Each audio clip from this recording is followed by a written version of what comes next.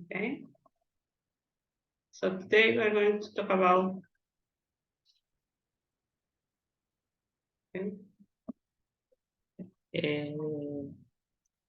please open the file, lesson 9. Okay.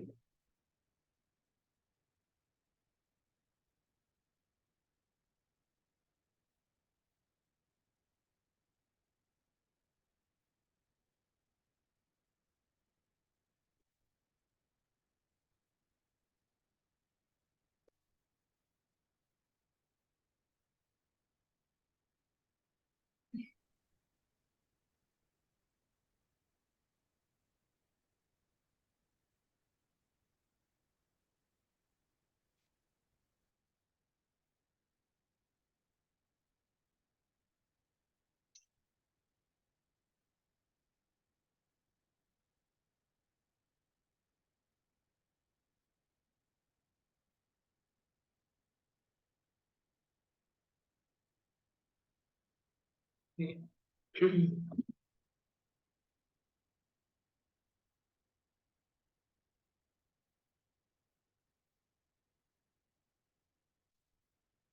you are, our platform, and we're going to look for unit 9, lesson 9. Okay.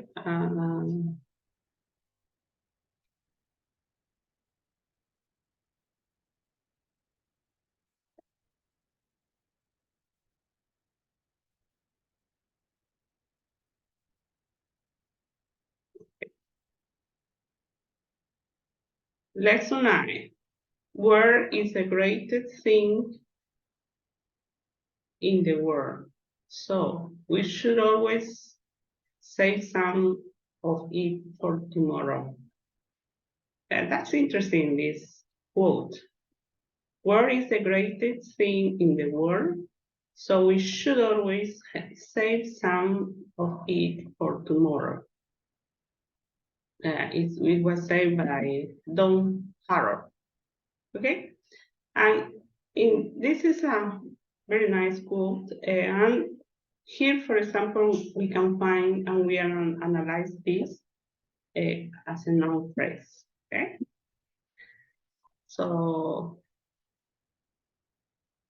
and this is another thinking. The only place success comes before work is in the dictionary. Okay. Okay, so if you want to succeed, you have to work. Okay, that's the idea of this.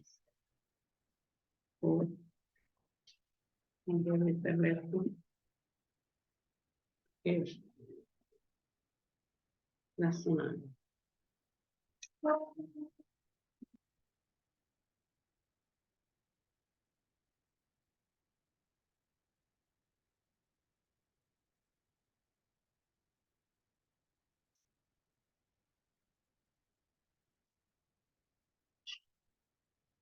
Can you see the noun phrases?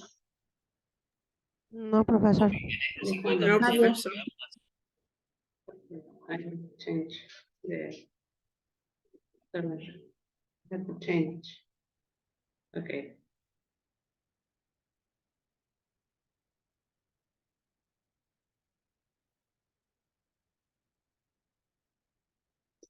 Okay, and here we can find any other. Every man of courage is a man of his word. That was said by the French dramatist Pierre Corneille. Okay, so in every one of these phrases or quotes, we can find noun phrases. Okay, so let's start analyzing.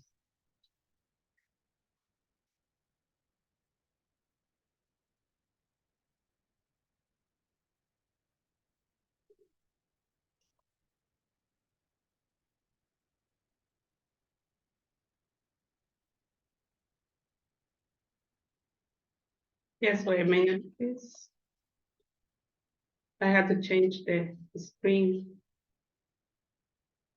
so you can see. Okay.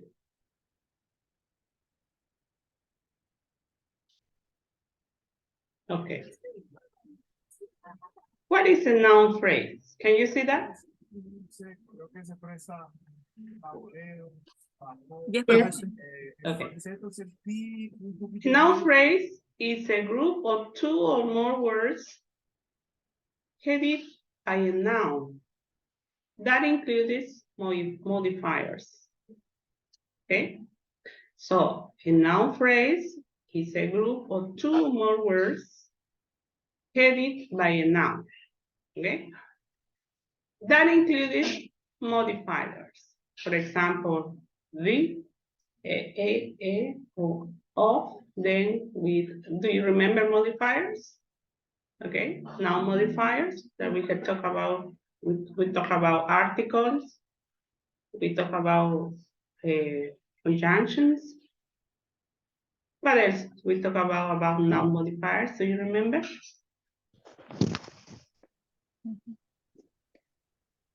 Who? Yes.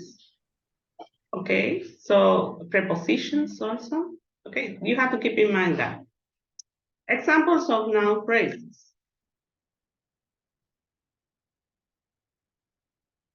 In normal writing, nouns nearly always feature in noun phrases. It's rare to find a noun function by itself without any modifiers in a sentence.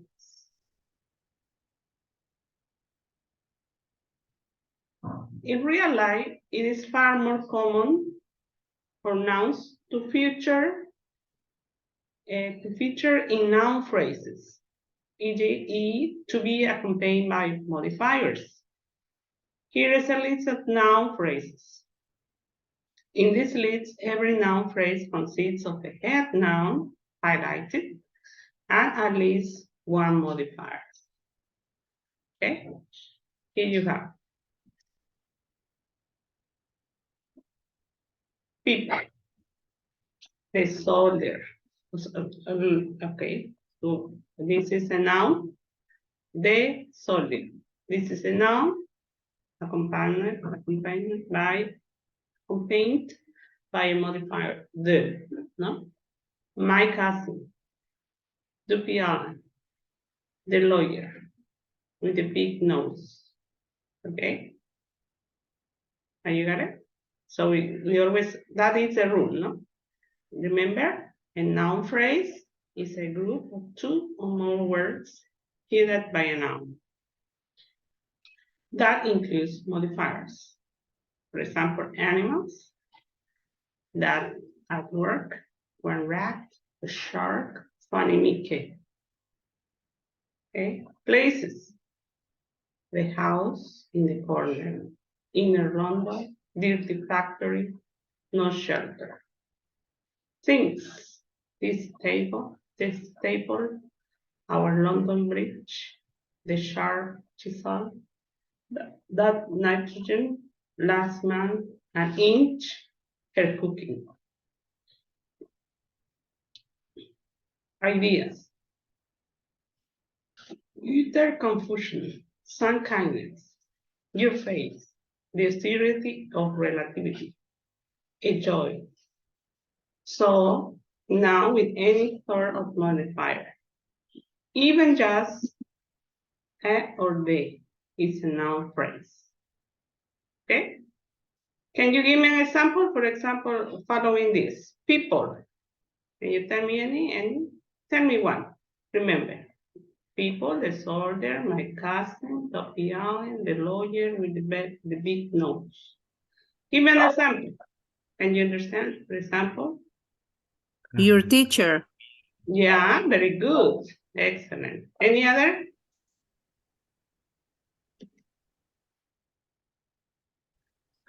The children. Very good. Excellent. That's a noun phrase. Okay, what about animals? Andrea, animals?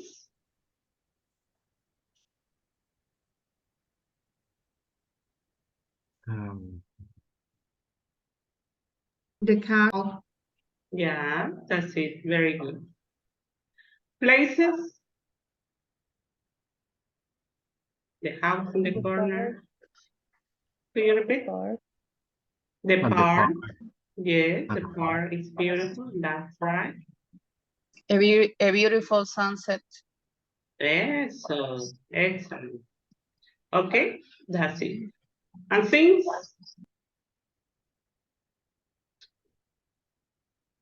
Last month and each.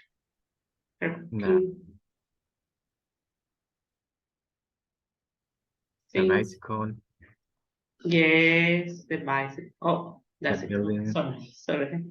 building, Very good. An Those, idea? those chairs. Yes, excellent. Natalie? Ideas? Last week, could be. Mhm. Very good. Excellent. Excellent. Okay. Well, later we're going to watch video analyzing a little more. Okay. Here we're going to analyze oraciones, cláusulas, and phrases. Or let's watch. Let's watch the video because it's very interesting. Following this idea, and then we are going to continue working with the PowerPoint. Okay.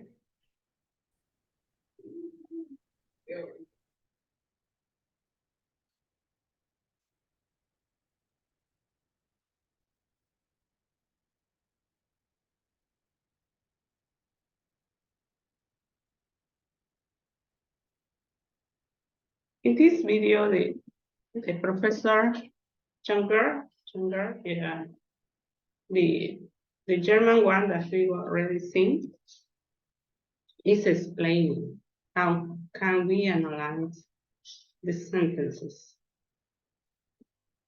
Okay, so sorry. Okay. In this, so you have to keep in mind, take notes.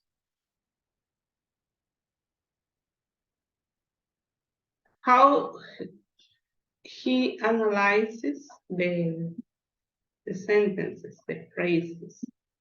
Okay, take notes, please, because after that we're going to analyze some sentences.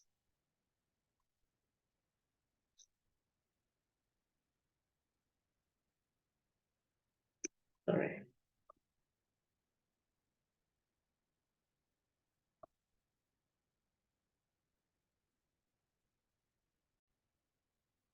Okay.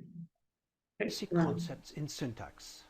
In previous e-lectures, we already discussed the notion of grammar in general and the central syntactic functions in present-day English. This e-lecture concentrates on the formal level of syntax. Our central goal is thus to define sentences and their constituents, that is, the shape and the internal structure of the units in sentences, as well as the sentence itself. In particular, we will associate word classes with each word. We will also look at the phrases that are associated with the words in a sentence. We will deal with the clauses within sentences, and we will look at the sentence itself. So these are our main goals. Let us illustrate this formal analysis on the basis of an example first. Here is a sentence. The cat hit the mouse and the mouse was very sad. Let us now perform a formal analysis from word classes to the sentence itself. Now, first of all, let's look at the word classes. And some of you may know this already, that for example, the is a determiner, cat is a noun, hit is a verb, here we have another determiner. Mouse is a noun, then we have a conjunction and, we have another determiner. Mouse, we already know, is a noun. Was, in this particular context, is a copular verb, a verb. Very is an intensifier, int, and sad is an adjective. So this is some sort of preliminary analysis, which we will come back to later on. Then we have the phrasal level, and you may know already that a determiner and a noun, Here we have 3 examples. Noun These phrases. constitute a so-called The cat, noun the phrase. mouse. So here we have 3 Noun noun phrases. phrases. Remember.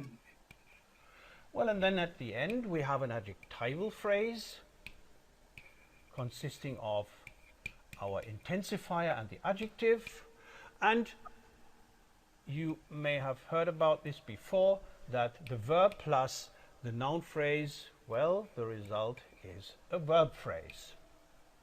Well, and then in our sentence we have, of course, 2 clauses. So let's select the clauses here. This is the first clause, the cat hit the mouse. And then we have a second clause, the mouse was very sad. So let's write down clause 2 here and clause 1 here. Well, and the whole construction is, of course, a sentence. So these are the levels of analysis. Let us now look at these categories in detail, and let's start with the largest unit, with a sentence. It is usually assumed that the sentence is the highest ranking unit of syntax. However, it is often difficult to determine the boundaries of sentences, particularly in speech. Furthermore, there are constructions that can hardly be referred to as standard sentences.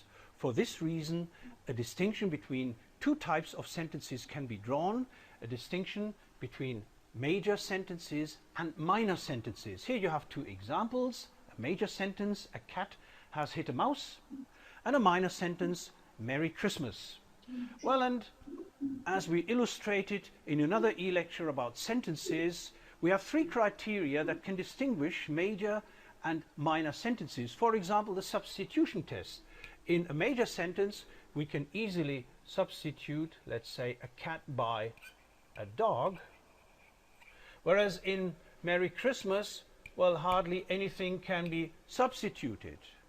Or we can transform a major sentence into a passive sentence, such as a mouse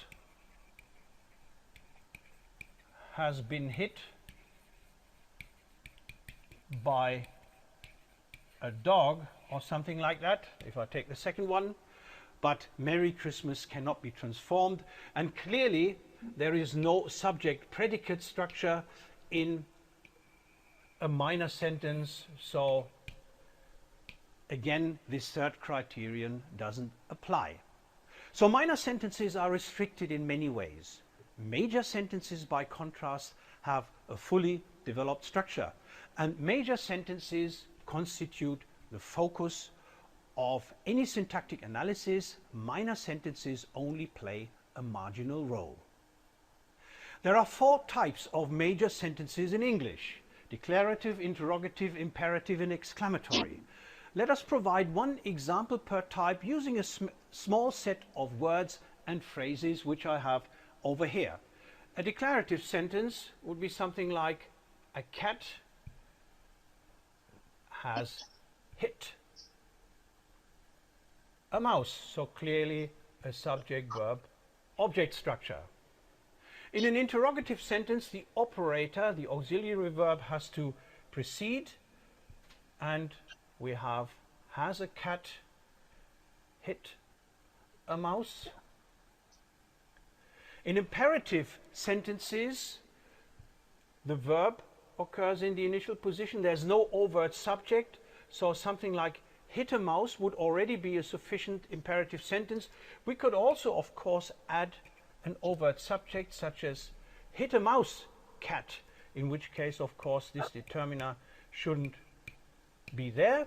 And finally, an exclamatory sentence is almost identical with a declarative sentence, only the only difference is that we have a WH element in the initial position leading to this exclamation. So, what a cat has hit a mouse, and there, of course, we need an exclamation mark. So these are our 4 sentence types, and all these sentences consist of 1 clause only. And if you have sentences that consist of 1 clause, you call them simple sentences.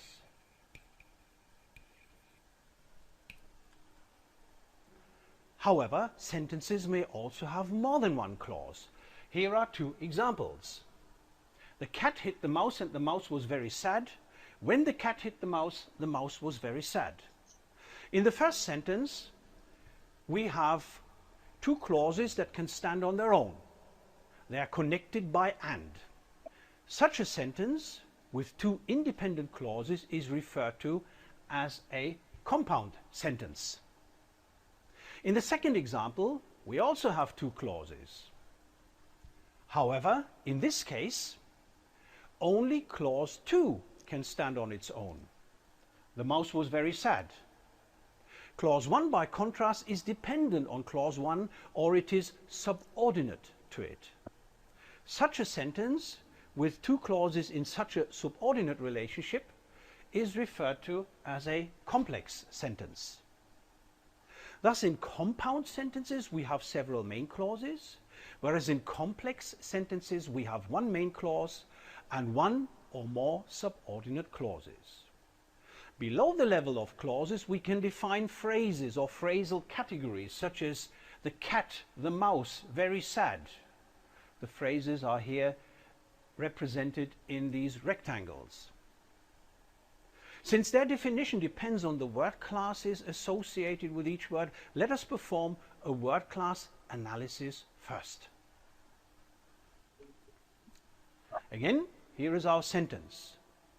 Now, members of the Indo-European group of languages have been analyzed in terms of such categories, word classes or parts of speech since classical antiquity. The central principle of this classification is a so-called paradigmatic one. All words that can occur in the same syntactic context belong to the same paradigm and thus share the same word class. So, let's illustrate this. Let's take a sentence, so we're taking the first part, and create a syntactic context.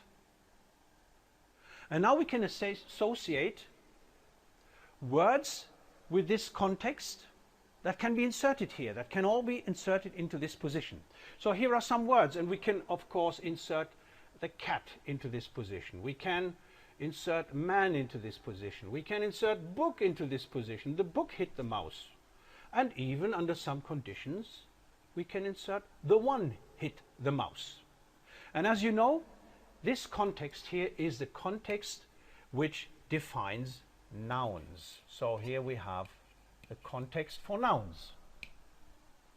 Let's take another example. Now, here we have a different context, the cat hit, and in this case we could, of course, introduce that mouse, or we could use the mouse, a mouse, and quite interestingly, we could also use one mouse. So this shows that one can be associated with two word classes, with nouns in our first case, and with the so-called determiner position, determiner, which is abbreviated as DET, det, in our second example. There are two views about the taxonomy of word classes. The traditional view and the structuralist view, which I have already applied here. So let's go back one step and let's first of all look at the traditional view. According to the traditional view, syntactic categories or word classes can be grouped into two general sets. Into closed class elements, which are limited in number, for example, prepositions, articles, pronouns, conjunctions, auxiliaries, well, and to some extent numerals. This is a little bit dangerous to call them unlimited because you can count from 1 to an infinite number, but if you consider elements such as some and any, well, then they're limited in number. Well, in the second class we have are the so-called open class elements, which are theoretically unlimited in number, nouns, verbs, adjectives, and of course adverbs. So this is the traditional approach, which most of you are probably familiar with from their old school days. The structuralist view goes back to American structuralism and defines word classes in a more general way, and thus allows more general approaches towards syntactic categories. It basically defines the same open class elements. So we still have nouns, verbs, adjectives, and adverbs. So this is almost identical. But then some classes were redefined. For example, nouns now subsume also the class of personal pronouns because they can occur in the same slot. And then we have a class which is now referred to as determiners, which subsumes all those elements that can precede nouns. So you can have something like a cat, the cat, my cat, this cat. You could also have numerals in here, one cat, some cat. So determiners are now a new class belonging to the closed class elements. Pronouns are not really considered anymore. Conjunctions are still similar. And then we have a new class referred to as infil or inflectional elements, which subsumes all those parts of a sentence that are responsible for the definition of the inflectional aspects of verbs. Some languages express those by means of auxiliary verbs, others integrate them in the verb itself. Well, the final class which is new is the class of complementizers, which now subsumes elements such as who and that, and is also, of course, a closed class. Pronouns and numerals are not associated or are not given a special class anymore. Let's now turn our attention to phrases or phrasal categories. Phrases are syntactic units that consist of one or more words. They're intermediate constituents between words on the one hand and clauses and sentences on the other. Phrases consist of heads and modifiers. Now, if a modifier stands in front of the head, it is called a pre-modifier. If it follows the head, it is referred to as post-modifier. So that's just some terminology. Now, the head is the central or obligatory element which determines the type and distributional properties of the phrase. Modifiers are something that add something to the head. Modifiers add something to the meaning of the head.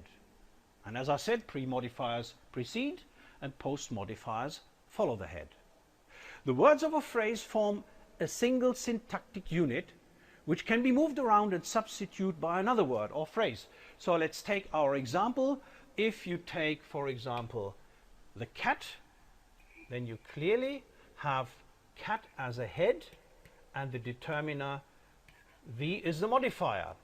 Well, and the whole unit can be moved around.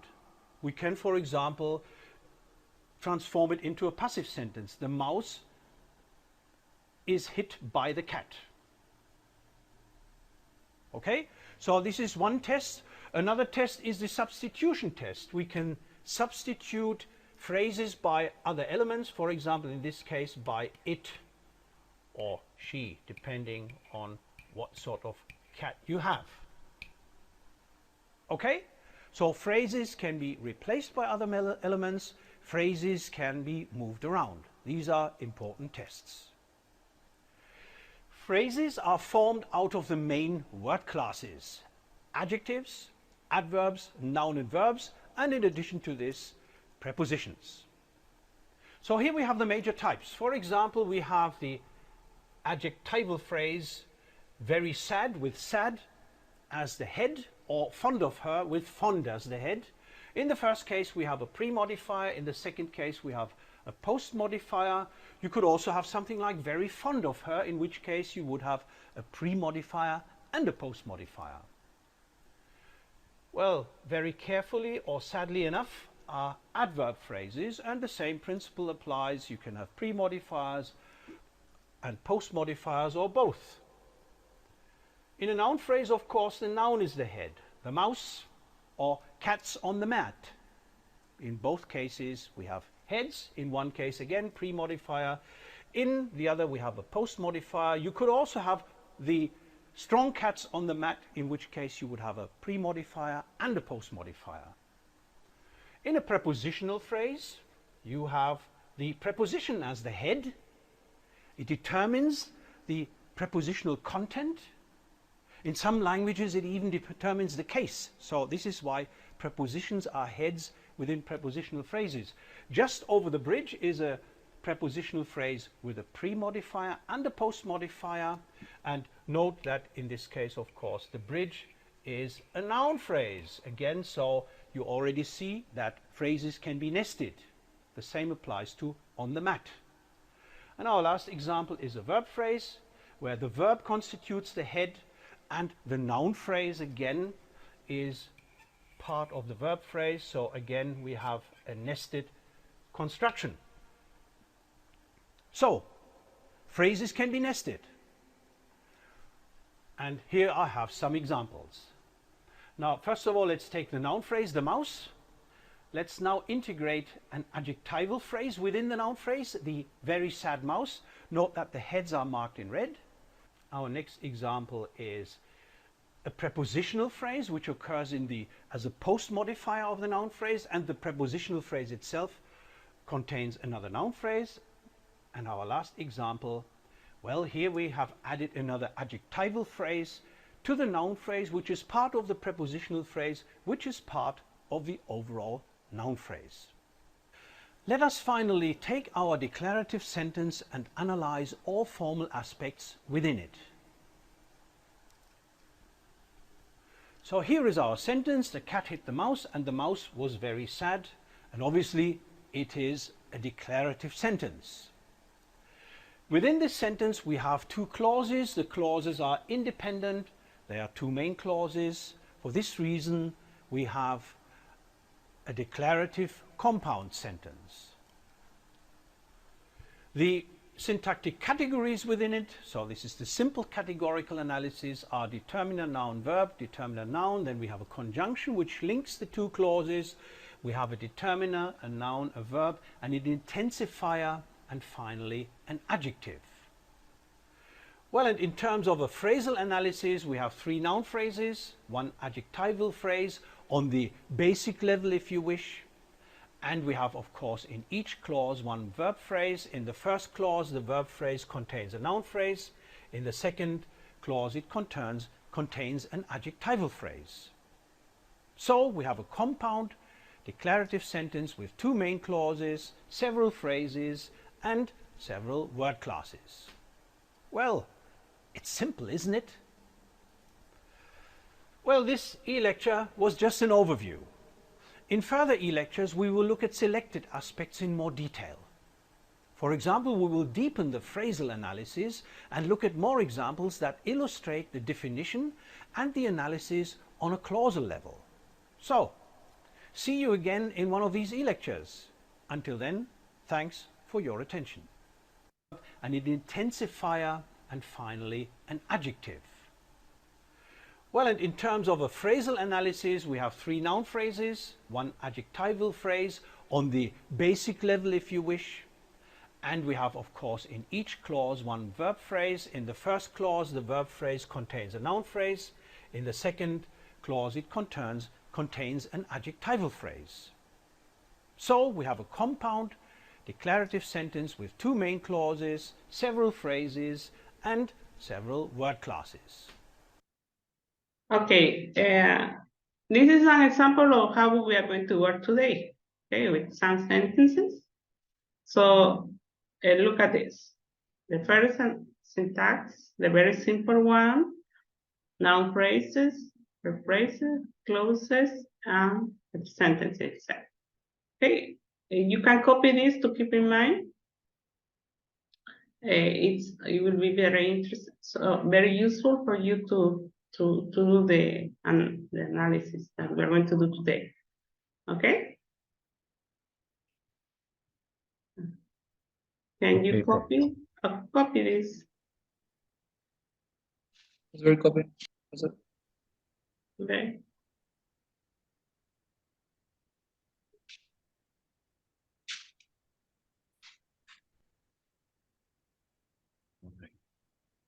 While you're doing the exercises, you can watch again the video, so if you didn't understand anything.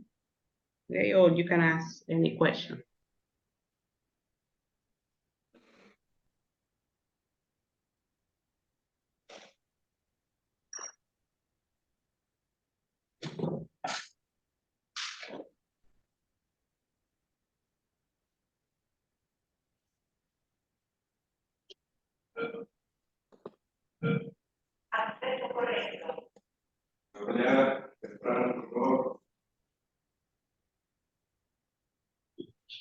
Okay. You got it? Yes, Professor. Okay, thank you. So let's move on.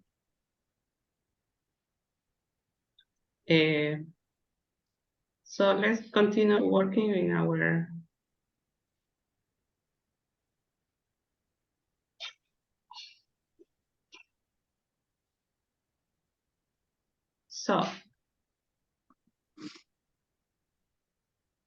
okay, as we've seen, so we have the examples of the noun phrases. Okay, here we have. So we have phrases, only phrases here to understand it. Okay. Function of noun phrases. Like any noun, the noun, You're not sharing your screen, teacher. oh, sorry. The problem is when I change the screen, sorry. When I change the screen,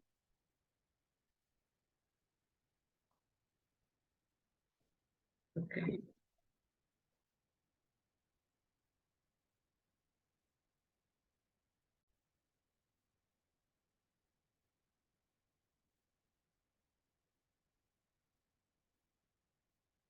Okay.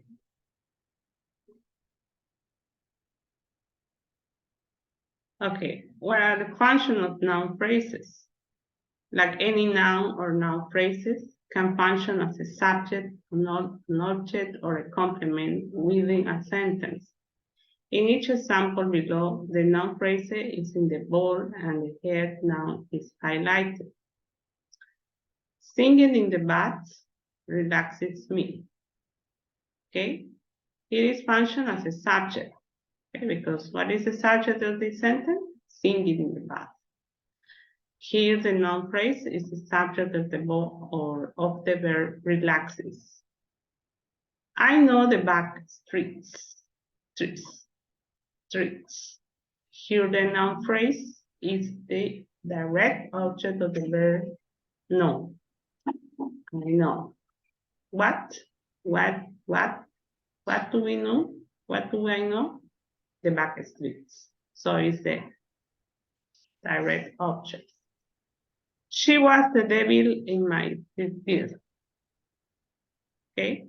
Here the noun phrase is a subject complement following the linking verb was.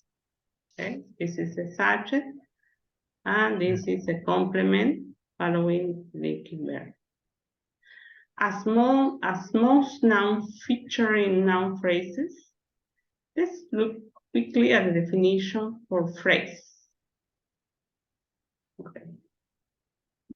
Going to change the screen.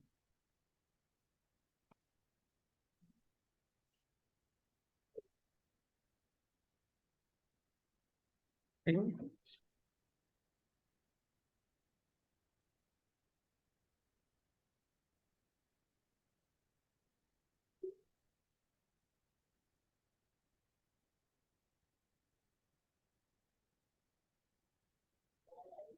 Okay. We have some quotations. Real examples. This man has a nice smile, but he's got iron teeth. Okay. This was said by the Soviet Foreign Minister Andrei Kronsky on Michael Gorbachev. This man has a nice smile, but he's got iron teeth. Here we can find the noun phrase, it's a subject, okay? complement. He's got iron teeth. Okay. This man is the subject of the verb has. The phrase a nice smile is the direct object of has. The noun phrase iron teeth is the direct object of the verb got. Here's the pronoun. Test. He's the one, but he's got them. Here's the pronoun. He has one, but he's got them. Okay, remember in the videos, it said that noun phrases could be replaced by the pronouns, no? One, and then iron teeth. Okay. Let's look at the other. I never learned from a man who agreed with me. That was said by the science fiction writer Robert Hutchins. Okay. The noun phrase, a man who agreed with me, is the object of the preposition from. It is a pronoun test. I never learned from him. Okay, so remember we can replace the noun phrase with a pronoun. Every man of courage is a man of his word. That was said by the French dramatist Pierre Nel. Sorry.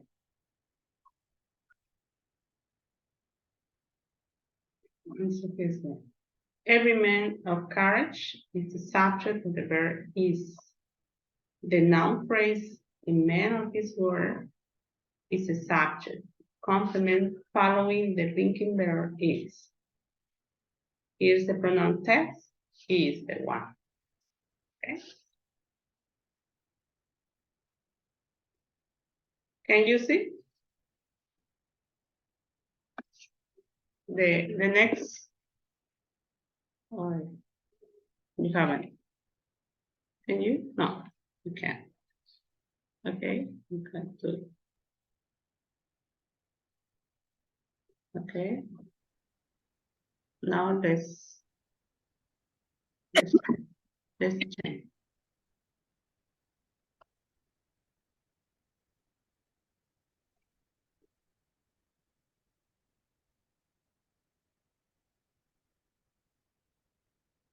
So we are going to start analyzing some questions, some examples. Okay.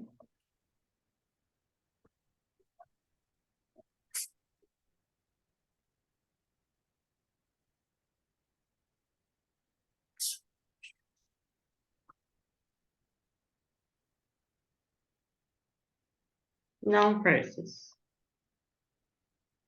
Alex drives to an awful job every morning. Okay. Here we have the noun phrase, an awful job. Very few giant animals remain in the wild. Okay, we have the animals, and we have the, okay. So from here, we're going to analyze this. They brightly decorate the wooden house for the holiday. Okay. Where can you find a noun phrase? They probably The wooden house? Yeah, House. yes, that's it, the wooden house. Okay.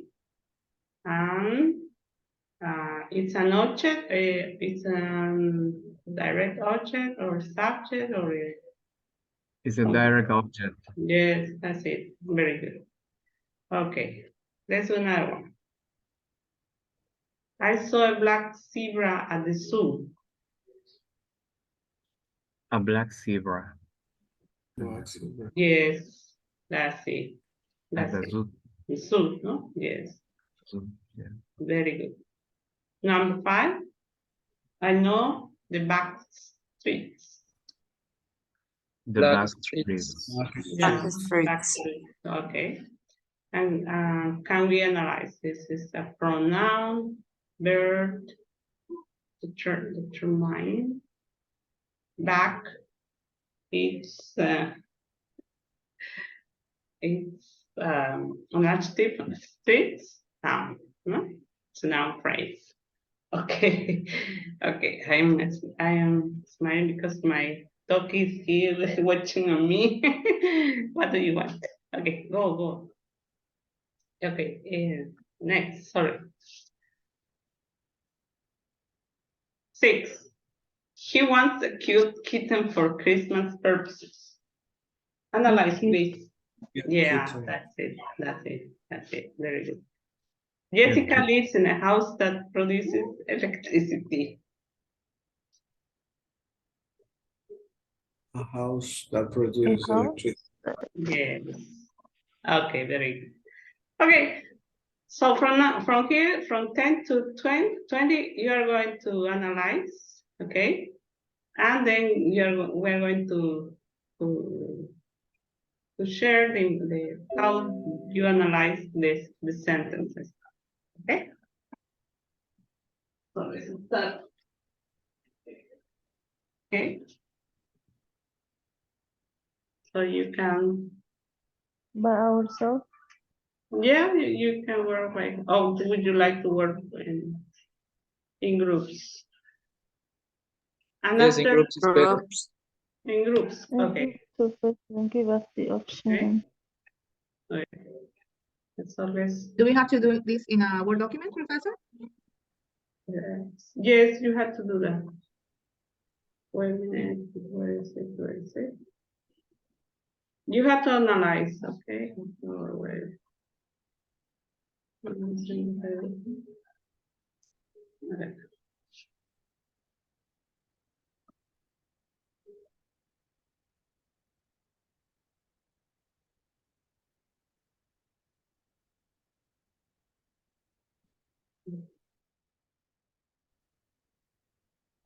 Yeah. So you choose, please. Try in each group four people, please. No more than that. It's better for you. Okay, you're gonna have half an hour, it could be. Okay for you?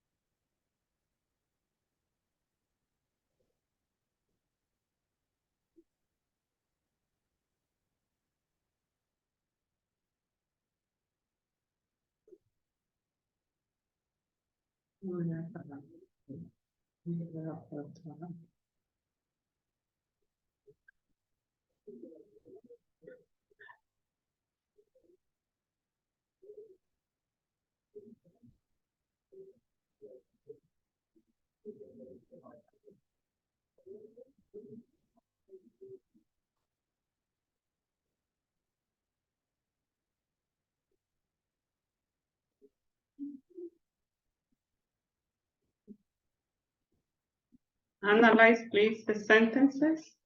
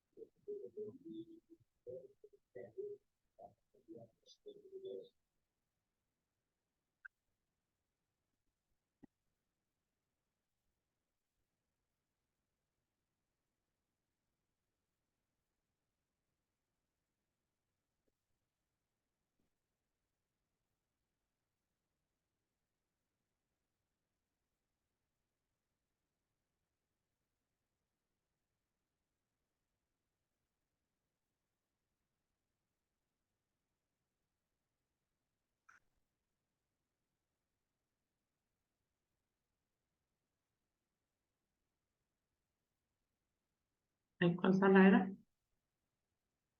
Sorry.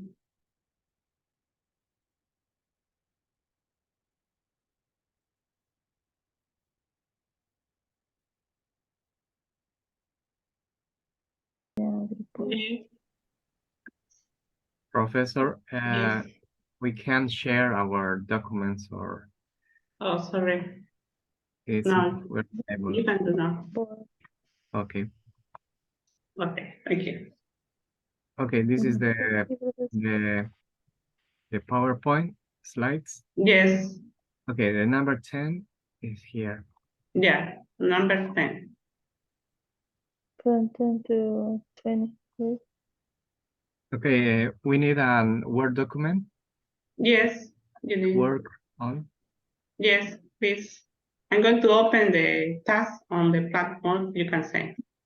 Okay, Okay, Professor. thank you. Okay. Please, would you join to the small groups, Natalie, Lorena? Yes, Professor, I'm joining, but I can't, I don't know why. All right, let me see. Yes.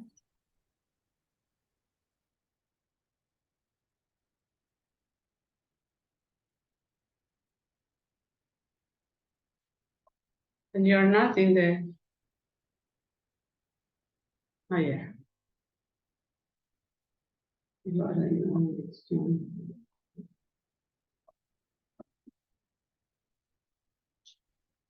Yeah. It's there.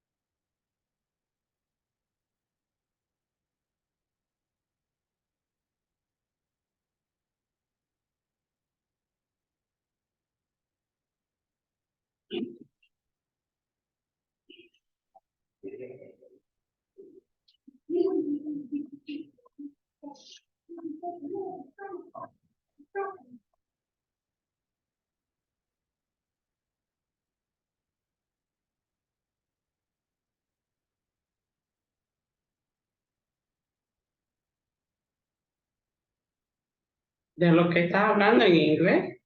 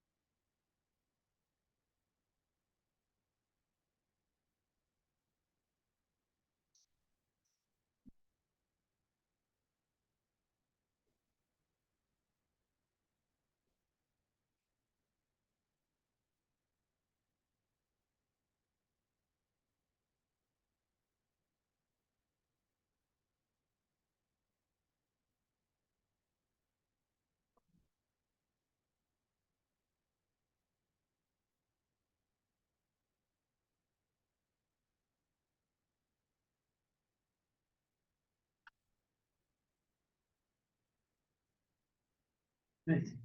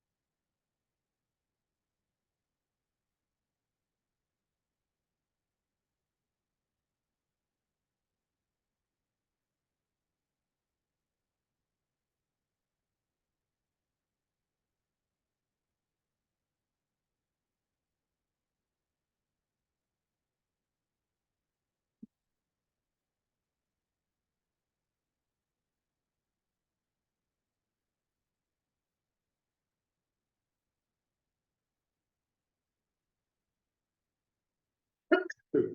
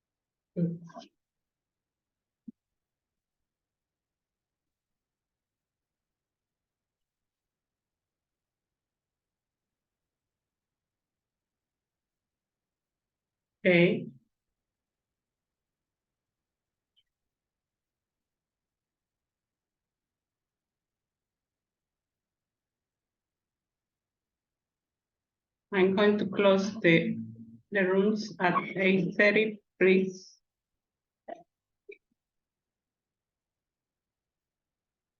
I'm going to close the room at 8:30, please.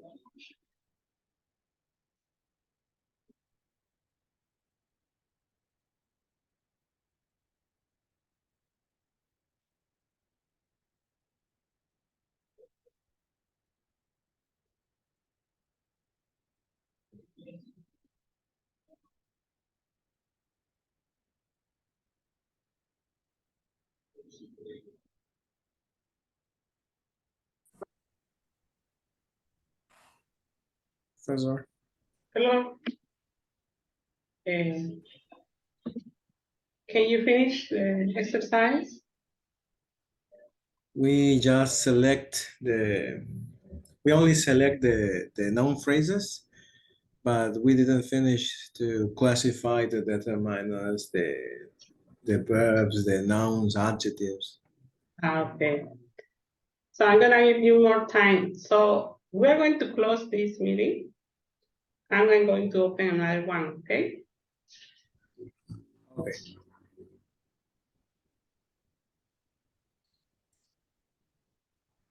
Okay, I'm going to finish this. So join to another one, please. Hello. I'm going to close this meeting. I'm going to open another one. I'm going to send you. Okay.